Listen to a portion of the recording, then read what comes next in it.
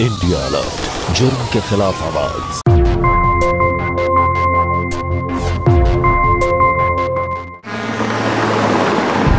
नहीं छोड़ूंगा तुझे, बहुत बुरी मौत मरेगा तुम। मेरी बेटी के आसपास भी देखा तो तुझे जान से मार डालूंगी। मैं डॉक्टर सुदीप भटनागर, अगर आप ये वीडियो देख रहे हैं तो ध्यान से सुने। मैं अपने पूरे होशो हवास में ये बात कह रहा हूं कि मेरी जान को खतरा है। मुझे कुछ हो जाता है तो एक अजीब सी हलचल, सांसों में कंपन, मन में कौंध रही थी कई उलझन। जैसे ही सिरहाने को टेक लगाई, उसने धीरे से आवाज लगाई। वो वहीं छुपी बैठी थी, मेरी मौत मुझसे मिलने आई थी। हाँ, कल रात सिरहाने मौत मिली, जिंदगी से भी कई ज्यादा खूबसूरत और रूहानी लगी। उसे देख मैं भी सोच बैठी, आखिर मैं जिंदगी का साथ क्यों निभाऊं? क्यों ना मैं मौत को गले से लगाऊं? जिंदगी तो एक ना एक दिन साथ छोड़ के जाएगी, मौत तो मर के भी गले से लगाएगी।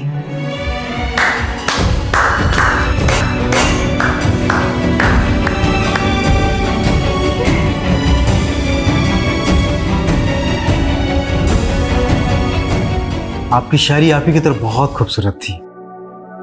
आप तो खुद जिंदगी देखती हैं, फिर मौत से मोहब्बत क्यों? इश्क की मर्जी, जिसे चाहे उसे गले लगाए। मौत हो या जिंदगी, क्या फर्क पड़ता है? बड़ी अजीब बात है। बाय द वे, आप अपनी बेटी को समझाते क्यों नहीं?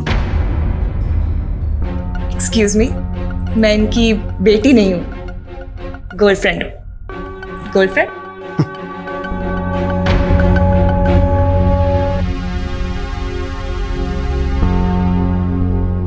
कैसी लगी?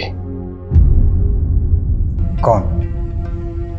शायरी या आपकी गर्लफ्रेंड? मीनल। मीनल नाम है उसका। तो मैं क्या करूं?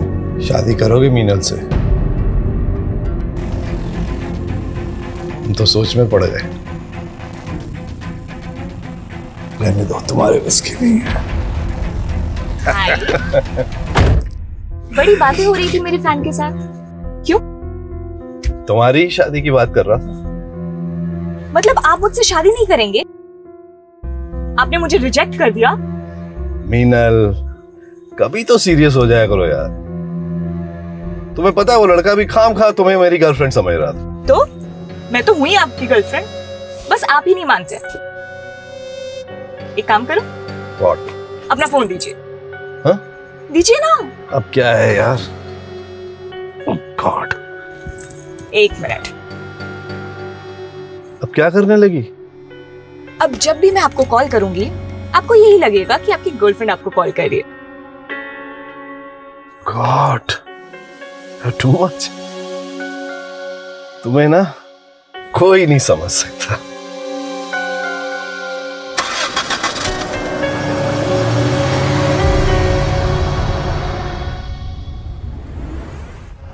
सर, आप यहीं पे गाड़ी रोक दीजिए। कैसे बेशरम आदमी हो तुम? हाँ, मेरी उम्र की हो और मेरी बेटी के पीछे मंडराते रहते हो। शर्म हया बेच खाई है क्या बुड्ढे? बोल। माँ, क्या कह रही हो? आप चलो अंदर। सर, आप प्लीज जाइए। हाँ हाँ, निकल जा। अरे लेकिन आज के बाद अगर मेरी बेटी के आसपास भी देखा तो तुझे जान से मार डालूंगी, गला घोट दूंगी तेरा, समझे? माँ प्लीज आप चलो। हाँ प्लीज।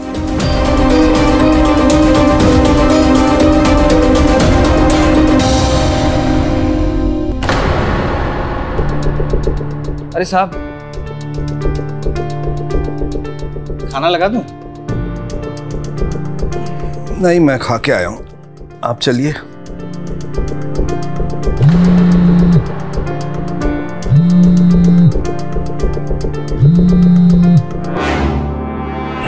हाँ मीनल, बोलो।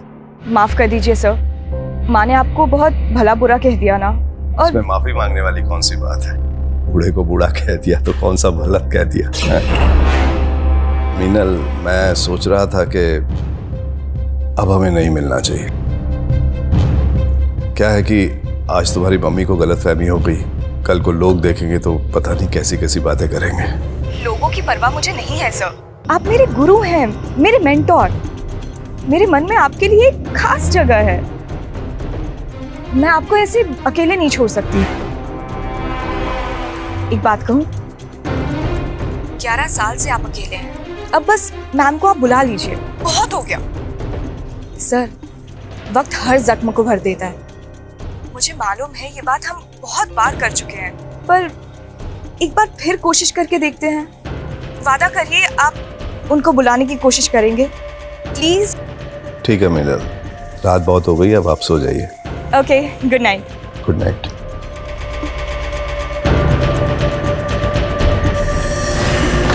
आप यहाँ क्या कर रहे हो? साहब, छोटा मुंह बड़ी बात। मेरा कहा मानिए आप किसी भी तरह से मालकिन को ले आइए साहब, किसी भी तरह से। ठीक है, आप जाइए, सो जाइए। एक्सक्यूज मी, मैं इनकी बेटी नहीं हूँ, गर्लफ्रेंड। गर्लफ्रेंड मतलब आप मुझसे शादी नहीं करेंगे? मैं तो हुई आपकी गर्लफ्रेंड।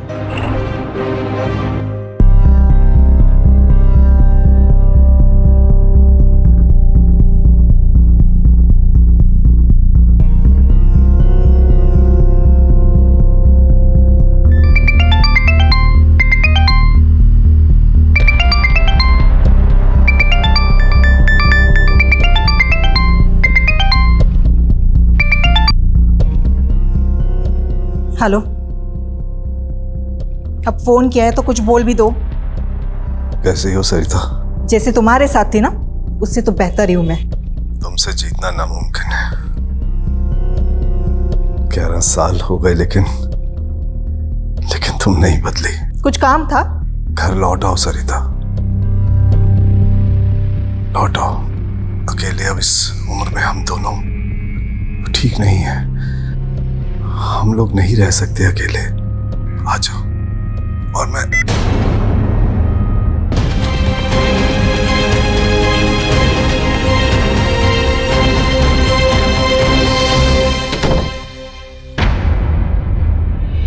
कौन है वहां?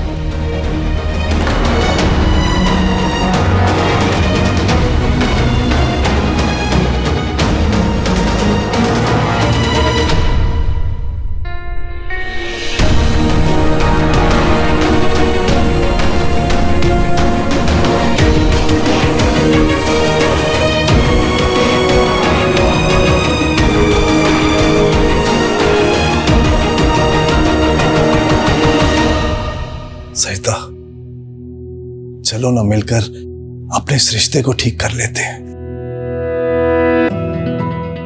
11 साल हो गए हैं, भूल भी जाओ ना इन सब बातों को। हमारे इस झगड़े में हमारे बेटे कुणाल का एक पूरा बचपन खत्म हो गया है। सरिता, कुछ बोलती क्यों नहीं?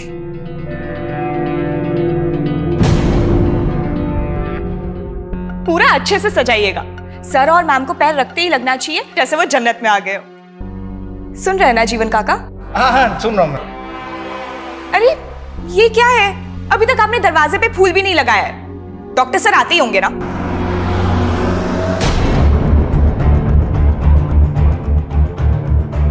सर, मैम कहाँ है?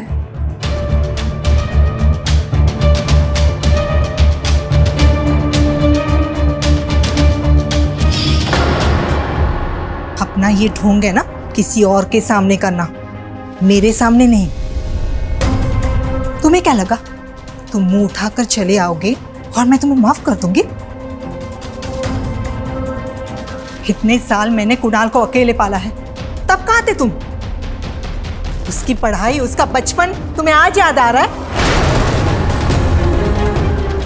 अपने पैसों की धौंस दिखाकर तुम रिश्ते खरीदना चाहते हो?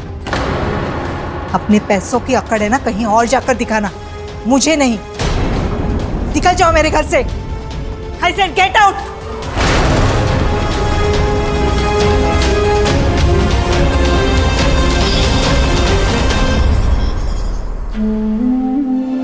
I'm so sorry, sir. तुम्हारा इसमें कोई कसूर नहीं है मीना।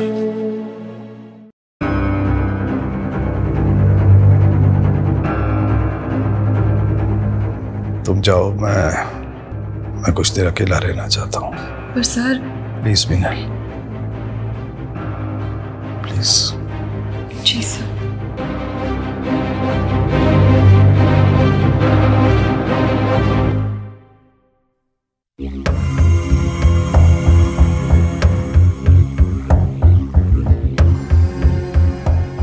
अब और कितने सालों तक आप पापा से यूं ही गुस्सा रहेंगी माँ? इतनी जिद भी अच्छी नहीं होती। अगर सब कुछ ठीक हो रहा है तो इसमें गलत ही क्या है? पापा और आप एक हो गए तो फिर बिजनेस के लिए मुझे भी लोन नहीं लेना पड़ेगा। वाह, तू भी अपने बाप के झांसे में आ गया। तुझे भी उनके पैसे दिख रहे हैं। ये जो तू तरफदारी कर रहा है ना उनकी, पैसे सिर्फ दिखेंगे, मिलेंगे नहीं, याद रखना। बात सिर्फ पैसों की नहीं है मम्मी। आप मेरी बात को ठंडे दिमाग से समझने की कोशिश करो। जितनी पापा को हमारी जरूरत है, हमें भी उनकी उतनी ही जरूरत है।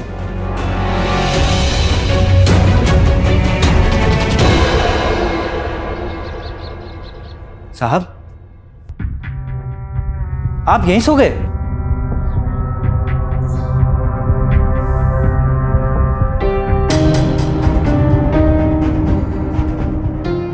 क्या हुआ? अरे मीनू, मीनू। जी बाबा। सांप की नस चढ़ गई है। तू मालिश वाला तेल लेके आओ, लहसुन वाला, जल्दी लेके आ जा। हाँ। अभी मीनू मालिश कर देगी, सब ठीक हो जाएगा। उसके हाथों में जादू है। तब तक आप सीधा लेटिए, मैं आपकी कमीज उतार आता हूँ, तो तेल से गंदी हो जाएगी वो।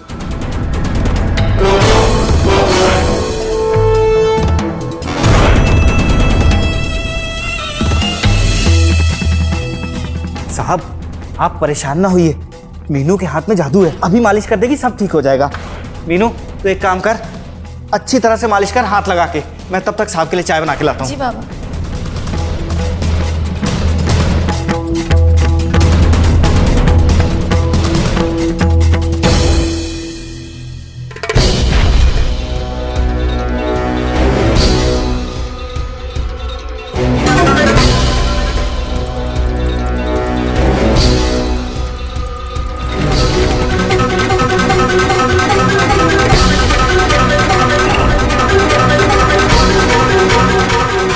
कौन है ये लड़की?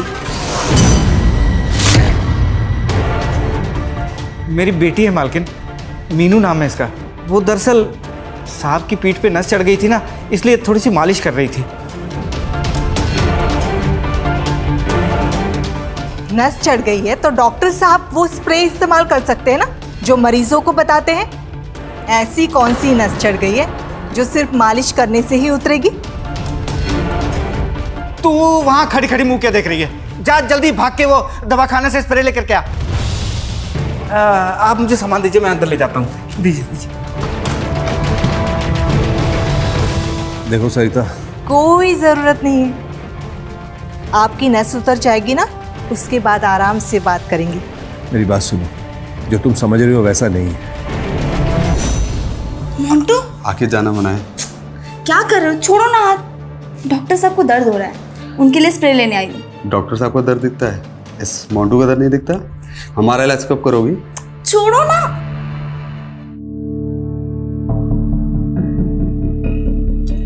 याद रखना, इस रिश्ते को मैं आखिरी मौका दे रही हूँ। जानता हूँ सरिता, निश्चिंत रहो। कुणाल, तुम्हारा ये फाइनल ईयर है ना? उसका कॉलेज खत्म हो चुका है, उसकी ज्यादा चिंता करने की जरूरत नहीं है। वो पापा, मेरा कॉलेज खत्म हो गया है और अभी अपने दोस्तों के साथ मिलकर बिजनेस शुरू करने का सोच रहा हूँ मैं। बिजनेस? जी बेटा, बिजनेस अच्छी बात है, लेकिन तुम्हें आगे पढ़ाई के बारे में भी सोचना चाहिए।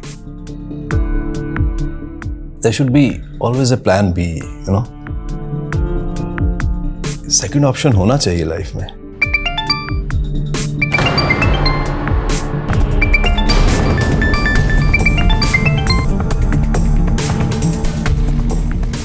बिल्कुल सही कहा पापा आपने, लाइफ में प्लान बी होना ही चाहिए। क्यों? किस में? उसकी जिंदगी है, वो जैसे जीना चाहता है उसे जीने दो, उसके फैसले वो खुद लेगा। तुम्हें अचानक बाप बनने की कोई जरूरत नहीं है। मैं सिर्फ बस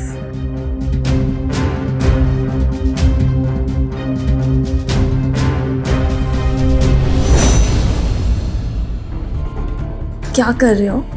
लोग आते जाते रहेंगे, कहीं डॉक्टर साहब ना आ जाए। छोड़ो। अरे कौन आएगा, क्लिनिक बंद है और डॉक्टर साहब तो खुद के दर्द और परिवार में व्यस्त हैं। फिर बदतमीज, मेरे घर की लड़की को छेड़ेगा। निकल निकल यहाँ से। साहब मैं आपके पैर पड़ती हूँ, बाबा को कुछ मत बोलिएगा। खड़ी हो, खड़ी हो, बाहर जा, बाहर जा। और तू कमीने, जिस थाली में खाता है उसी में ही थूकता है। आस्तीन के सांप, मैं देखता हूं तुझे कौन नौकरी पे रखता है। आउट, निकल यहां से। गलत फहमी में मत रहना डॉक्टर साहब, रिटायर आप हुए हैं, हम नहीं। अच्छे अच्छों को बराबर कर चुका है मंटू, आपको भी कर देगा, देख लेना। Get out, out.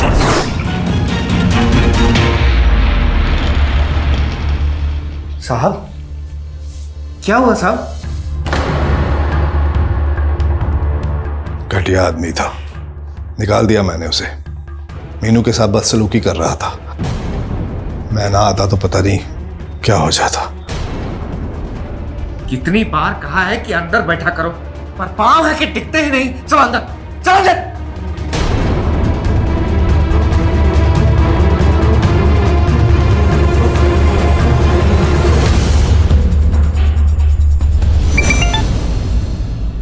कैसी हो मीनल? तुमसे एक मदद चाहिए थी। मैंने अपने कंपाउंडर को निकाल दिया है, मुझे एक नए स्टाफ की ज़रूरत है। तो मैं सोच रहा था अगर तुम किसी को जानती हो तो। वैसे अगर तुम फ्री हो तो तुम आ सकती हो मेरे क्लिनिक में कुछ दिनों के लिए। माँ, आज मुझे शाम को आने में देर हो जाएगी, डॉक्टर सर के क्लिनिक जा रही हूँ। वो बेचारे वहाँ अकेले पड़ गए ना, ठीक है? अरे अरे, तेरे अलावा कोई और नहीं है क्या उसका अकेलापन दूर करने के लिए? तू कहीं नहीं जाएगी, घर में ही रह। माँ तुम भी क्या राय का पहाड़ बना देती हो।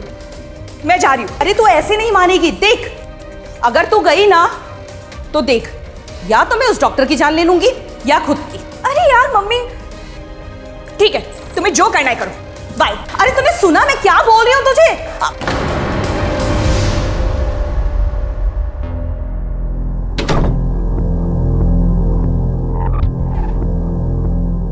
मत रो बेटी, जो हुआ भूल जाओ उसे। वो बात नहीं है बाबा, डॉक्टर साहब ने मेरे साथ गलत किया है। मोंटू तो मुझे बचाने आया था, हाँ डॉक्टर साहब ने सारा इल्जाम मोंटू पे डाल दिया। क्या? ये हो ही नहीं सकता, डॉक्टर साहब ऐसा कर ही नहीं सकते। मैं सच बोल रही हूँ बाबा, मैं सबके डर से चुप थी। डॉक्टर साहब बहुत बुरे हैं बाबा, बहुत बुरे हैं डॉक्टर साहब।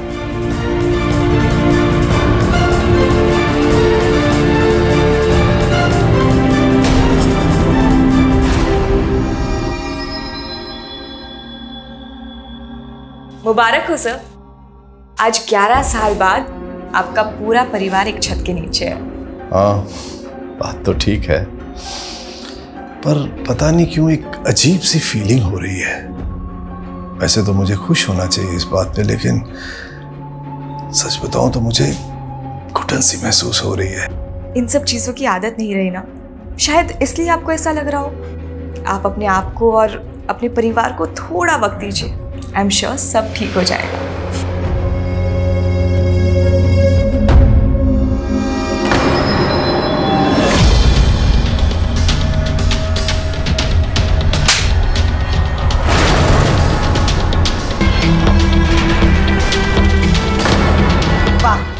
तो ये गुल खिला रहे हो?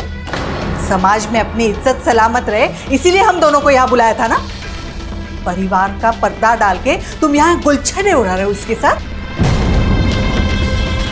कमाल का खेल खेला है डॉक्टर साहब। मैम, आपको कोई गलतफहमी हो गई, ऐसा कुछ भी नहीं है। थप्पड़ खा के भी तुम यही हो ना, इससे तुम्हारी नीयत का पता चल गया मुझे। निकल जाओ यहाँ से, तुम्हारी सलाह की कोई जरूरत नहीं है मुझे। खुद जाओगी या धक्के मार के बाहर निकालूं तुम्हें?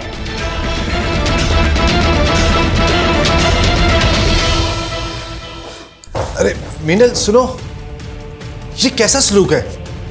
खामखा बात का बतंगड़ बनाए जा रही हो। ऐसा कुछ भी नहीं है जैसा तुम सोच रही हो सरिता। कुत्ते की दुम टेढ़ी की टेढ़ी रहती है, ये सुना था मैंने, लेकिन आज देख भी लिया। अरे शर्म करो शर्म। कितनी बार मैंने रंगे हाथों पकड़ा है तुम्हें। उस कंपाउंडर को भी इसीलिए निकाला था ना तुमने। ये क्या अनाप शनाप बका है तुमने अभी? बहुत कहा तुमने और बहुत सुना मैंने। मेरी गलती थी, मैं यहाँ आ गई। मेरी पूरी जिंदगी बर्बाद करके रख दी है तुमने। तुम्हारे जैसा घटिया इंसान देखा नहीं है मैंने। जी करता है कि तुम्हारा गला दबा डालूं और ये झंझट हमेशा के लिए यहाँ खत्म कर दूं। सरिता, सरिता मेरी बात सुनो।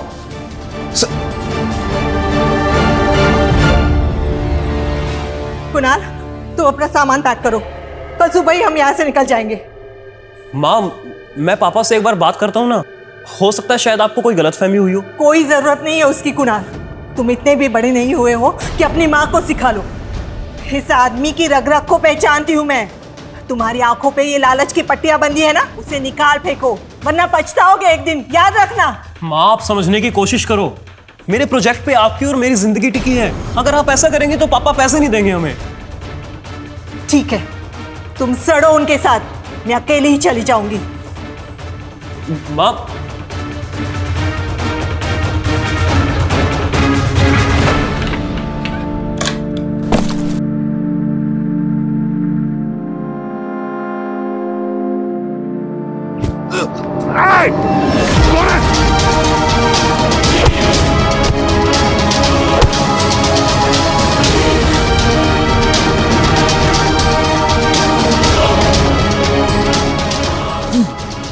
मारना चाहता है वो मुझे। पापा, वो हमला किया उसने मुझ पे। ये क्या बोल रहे हैं आप? मार देंगे वो मुझे, मार दे। और ये सब क्या है? वाह, अब और एक नया ड्रामा। इस बार मैं किसी भी कीमत पे नहीं रुकने वाली। तुम्हारा कोई भी बहाना नहीं चलेगा। बस भी करो माँ। तो निकलो, निकल जाओ मेरे घर से। Get out. पापा, अब आप ये क्या बोल रहे हैं? बंद करो ये हमदर्दी वाला नाटक। सब जानता हूं, ऐसा चाहिए तो बाप को अपना बना लिया। 11 साल से बाप को पूछा तक नहीं। आज पैसा चाहिए तो बाप याद आ गया। छूटी कौड़ी नहीं दूंगा मैं तुम लोगों को। सुन लो तुम भी। And you please get out from my house.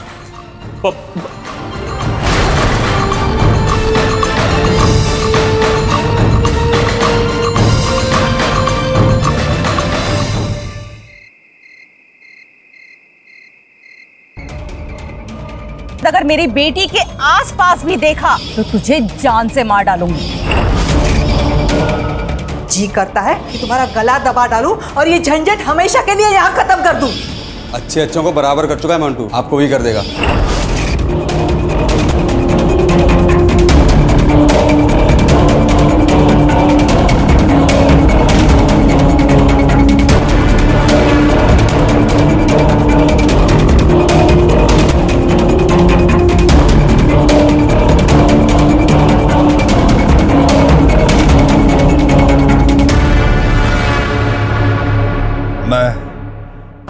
Doctor Sudeep Bhatnagar,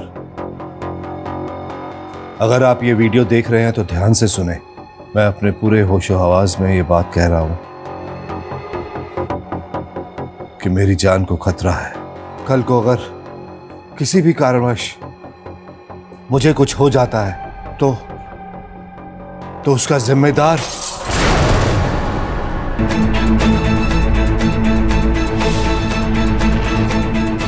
कौन है? वहां जीवन, तुम वहां क्या कर रहे हो? पूरी जिंदगी की वफादारी का ये इनाम दिया तूने मुझे, मेरी बेटी पे हाथ डाला। अरे पापी, वो तेरी इज्जत मुझसे ज्यादा करती थी, मुझसे ज्यादा तेरी इज्जत करती थी, और तूने उसकी इज्जत पे हाथ डाला। जी में आता गर्दन मरोड़ दूं तेरी। तू इंसान नहीं, हैवान है तू, हैवान। क्या बकवास कर रहे हो तुम? नशे में हो क्या? दिमाग खराब हो गया तुम्हारा? बहुत बुरी मौत मरेगा तू, मैं नहीं छोड़ूंगा तुझे। चले जाओ यहाँ से, चले जाओ यहाँ से, गेट आउट। नहीं छोड़ूंगा तुझे, तू पानी भी नहीं मांगेगा। बहुत बुरी मौत मरेगा तू, बहुत बुरी मौत मरेगा।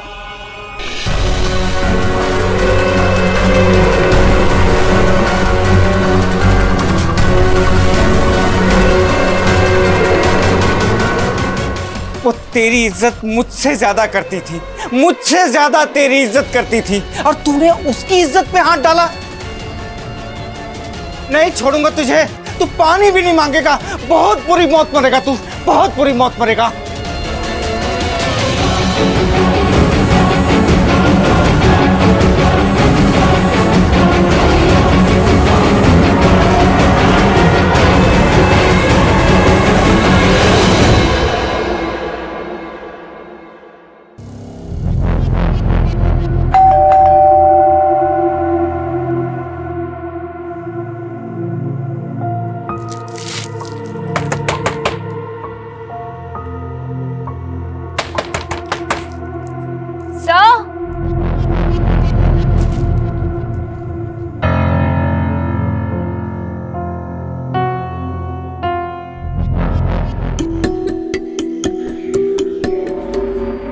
फोन क्यों नहीं क्लिक कर रहा है?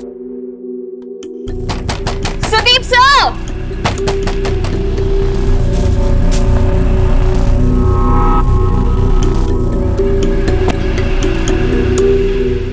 क्लिनिक भी बंद है, पता नहीं डॉक्टर से कहाँ गए।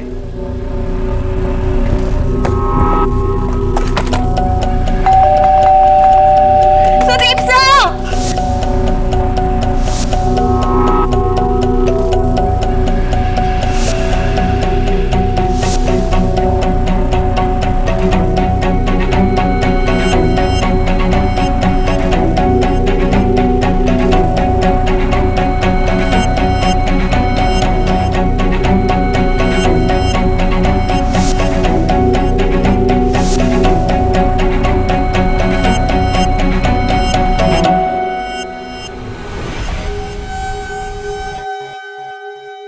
हेलो पुलिस,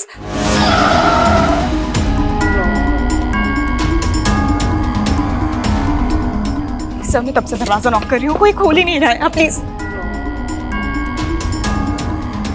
डॉक्टर, दरवाजा खोलो।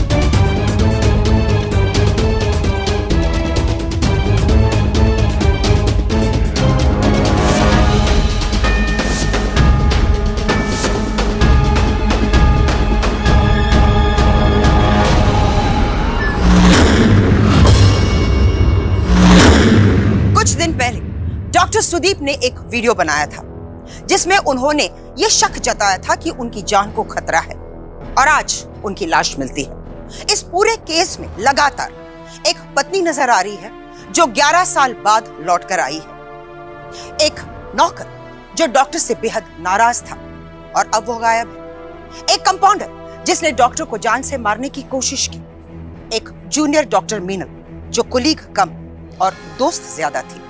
क्या पुलिस का ये शक सही है? क्या ये सिर्फ एक सामान्य मौत थी या वाकई में ये एक हत्या थी?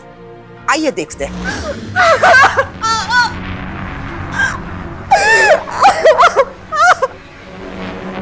हेलो, हाँ सर, यहाँ पे लाश मिली है सर। सर का आज बर्थडे है, मैं उनको विश करने आई थी, सोचा उनको सरप्राइज दूंगी, पर यहाँ तो सर घर में और कोई नहीं है। एक नौकर और एक बेटी यहाँ रह रहे थे, पर दोनों मिसिंग है। मैंने आस पड़ोस में भी पूछा, लेकिन किसी ने उनको नहीं देखा। सर हाल ही में तोड़ा गया।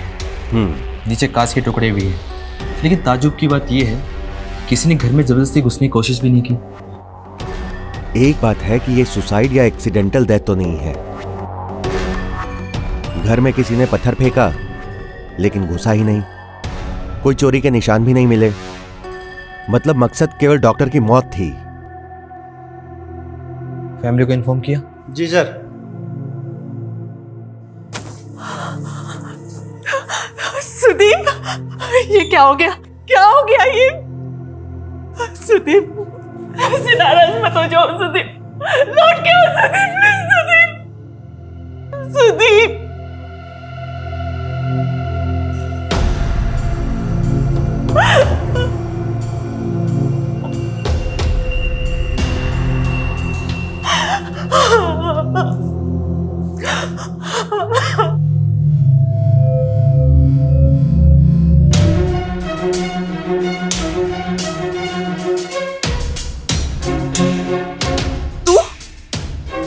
तुझे थप्पड़ मार के निकाला था मैंने। सब कुछ तेरी वजह से हुआ है आज। ना ही मैं उन्हें ऐसे अकेला छोड़ती और ना ही उनकी ये हालत होती। इंस्पेक्टर साहब, आप इसे पकड़ लीजिए, यही मेरे पति की कातिल है। जान से मार डालूंगी मैं तुझे। मेरे पति की जान ली है तूने। माँ, छोड़ो मुझे। माँ।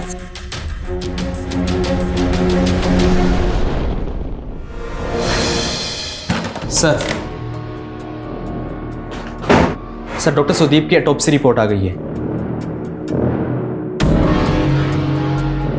नींद की गोलियों का ओवरडोज दिया गया है सर। उसके बाद इलेक्ट्रिक शॉक से डॉक्टर की मौत हुई है।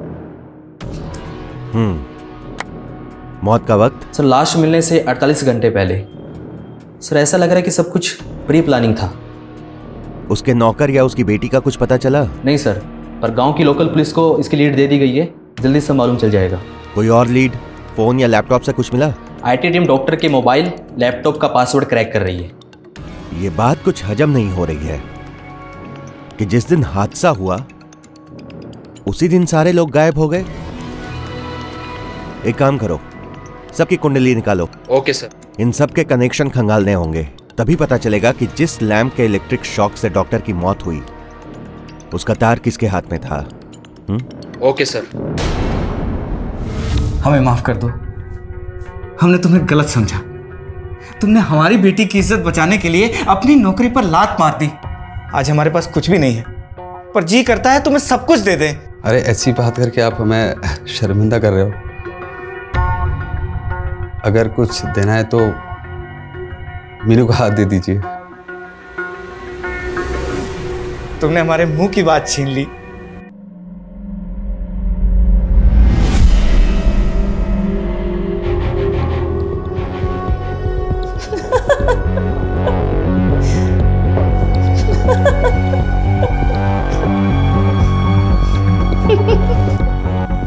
माँ, माँ, किसी की मौत हुई है, तुम इतना खुश कैसे हो सकती हो? तुम्हें देख के तो ऐसा लगता है जैसे डॉक्टर सर को तुम्ही ने मारा हो। खुश तो मैं हूं ही, पर तुझे नहीं पता कि तेरी माँ और क्या क्या कर सकती है। तुमसे ना कुछ बोलना ही बेकार है।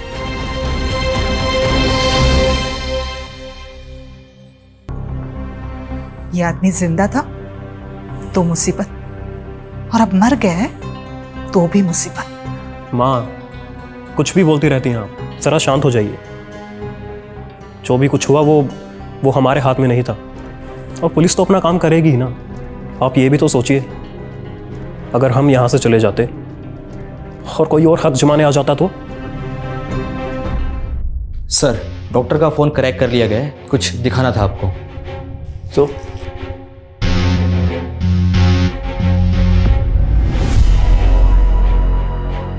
मैं डॉक्टर सुदीप भटनागर। अगर आप ये वीडियो देख रहे हैं तो ध्यान से सुने। मैं अपने पूरे होशो हवास में ये बात कह रहा हूं कि मेरी जान को खतरा है। कल को अगर किसी भी कारणवश मुझे कुछ हो जाता है तो उसका जिम्मेदार कौन है? वहां जीवन, तुम वहां क्या कर रहे हो? मेरी बेटी पे हाथ डाला, जी में आता गर्दन मरोड़ दूं तेरी। क्या बकवास कर रहे हो तुम? दिमाग खराब हो गया तुम्हारा। बहुत बुरी मौत मरेगा तू, मैं नहीं छोड़ूंगा तुझे। चले जाओ यहाँ से, चले जाओ यहाँ से, गेट आउट। आप दोनों इस वीडियो के बारे में क्या जानते हैं?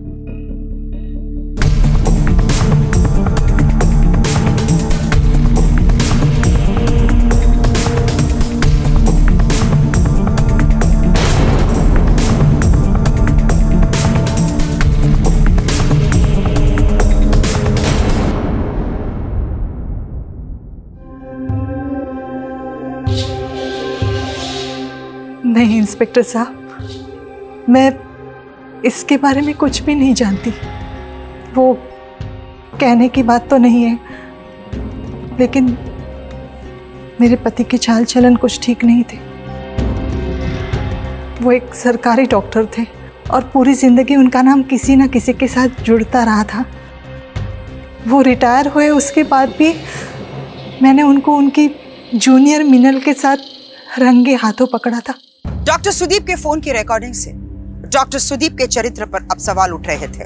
पुलिस जीवन के गुस्से और उसकी नफरत की वजह जानना चाहती थी और डॉक्टर की मौत के कुछ घंटों पहले हुई रिकॉर्डिंग जीवन को प्राइम सस्पेक्ट बना रही थी। लेकिन क्या सीधा साधा जीवन अपने मालिक की जान ले सकता था, या फिर ये पूरा खेल मोंटी ने खेला था, या फिर इस पूरे कांड के तार किसी और के हाथ में थे जो अब तक पुलिस की नजरों से दूर था?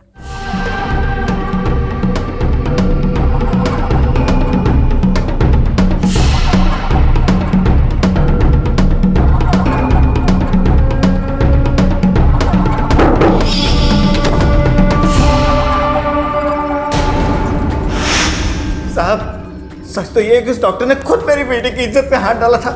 मैं निर्दोष हूँ सर। वो तो सब कुछ मैंने गुस्से में बोल दिया था। मैं सच कह रहा हूँ सर, मैंने कुछ नहीं किया। मैंने कुछ नहीं किया सर, मैंने कुछ नहीं किया। सर, मैंने और मोंटू ने मिलकर ये कहानी रची थी। बाबूजी को मोंटू का सच पता चलता तो वो हमारी शादी नहीं होने देते, इसीलिए हमने झूठ बोला था। डॉक्टर साहब ने कुछ भी गलत नहीं किया। लेकिन सर, मैं सच कह रही हूँ, मैंने डॉक्टर साहब को नहीं मारा सर।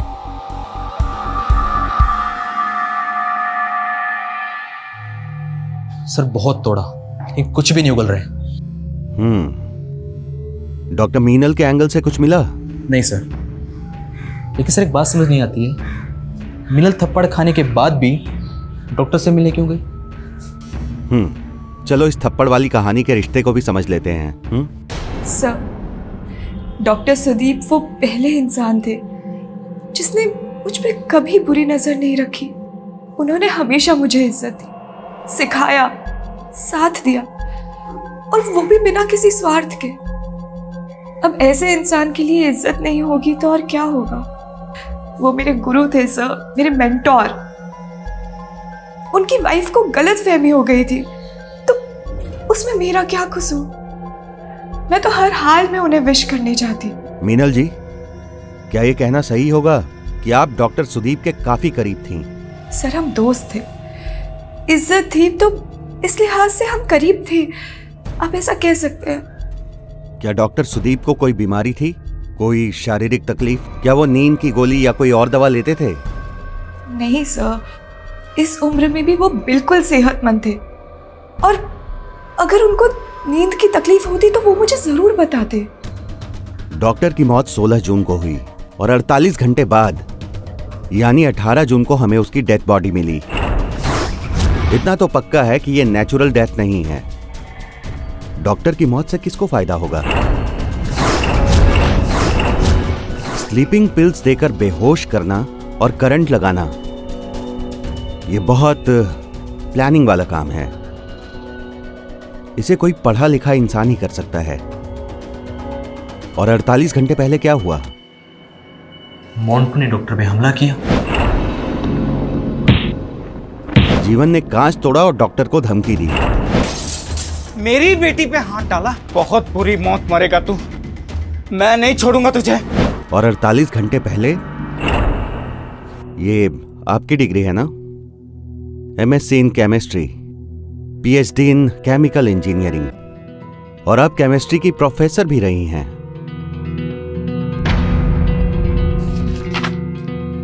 ये रहा आपका मोबाइल डिटेल्स। और ये है IPDR, यानी इंटरनेट प्रोटोकॉल डिटेल्स रिकॉर्ड। समझ गई? मैं समझाता हूं।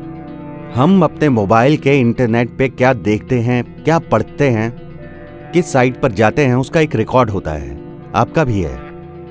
1976 में सेम दुर्घटना घटी थी। एक आदमी को नींद की गोली दी, फिर करंट लगा दिया, बेचारा मर गया। वो क्या है ना कि उस समय फॉरेंसिक साइंस इतना आगे नहीं था, लेकिन अब है।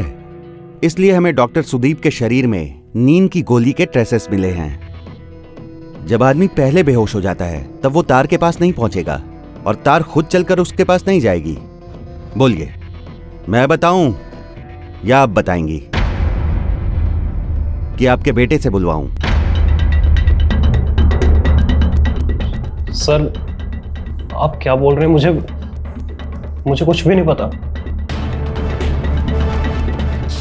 सीधे सीधे सच बता, वरना दूसरा तरीका अपनाऊं क्या?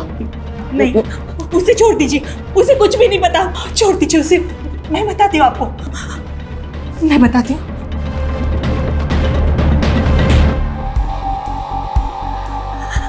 हाँ कुणाल, मैंने ही मारा है तुम्हारे पापा को।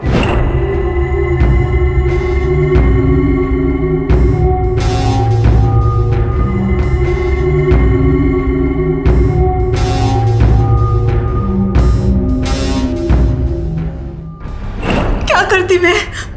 वो आदमी मेरे गले की हड्डी बनता जा रहा था।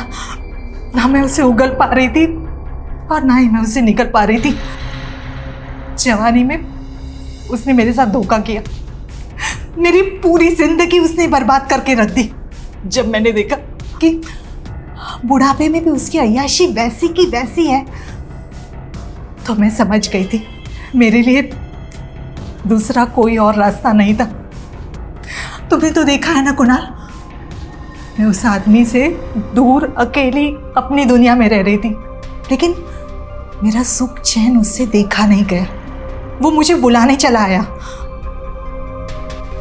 और तुम उसके झांसे में आ गए कुणाल।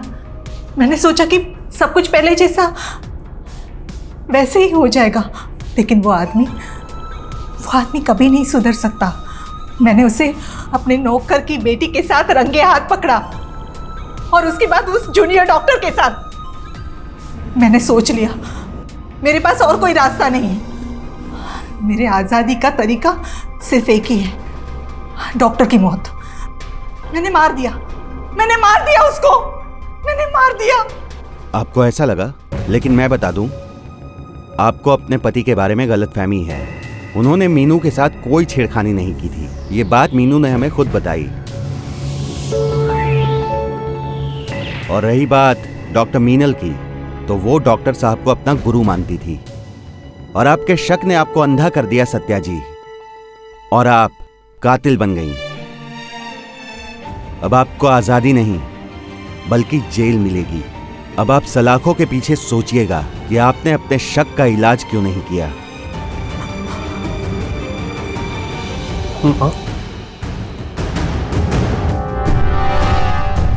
ज्ञान जो चमत्कार करने की शक्ति रखता है, अगर गलत हाथों में पड़ जाए तो वो आपदा भी बन सकता है। सरिता ने अपने ज्ञान का गलत फायदा उठाने की कोशिश की, लेकिन वो एक बात भूल गई कि कानून की नजरों से बच पाना नामुमकिन है। कहते हैं रिश्तों की डोर बहुत कच्ची होती है, ये एक बार टूट जाए तो बिना गांठ बांधे ये जुड़ती नहीं। और ऐसी स्थिति में अपराध का बीज कब पनप जाता है कुछ पता नहीं चलता। सरिता भी अपने अतीत के रिश्तों में उलझी थी। वो चाहकर भी डॉक्टर सुदीप के प्रति अपना नजरिया नहीं बदल पा रही, और यही कारण था कि उसके मन में जो अपराध का बीज था वो अब एक विशाल वृक्ष का रूप ले चुका था और उसने डॉक्टर सुदीप की हत्या कर दी। हम आपसे सिर्फ इतना ही कहना चाहते हैं कि वक्त रहते रिश्तों को वक्त दीजिए, वरना अपराध बेवक्त आपके दरवाजे पर दस्तक दे सकता है। इसी के साथ मैं सुधा चंदन आपसे विदा लेती हूँ। एक और चौंकाने वाले केस के साथ हम फिर मिलेंगे। तब तक के लिए आप सतर्क रहे और देखते रहे क्राइम अलर्ट, जुर्म के खिलाफ आवाज।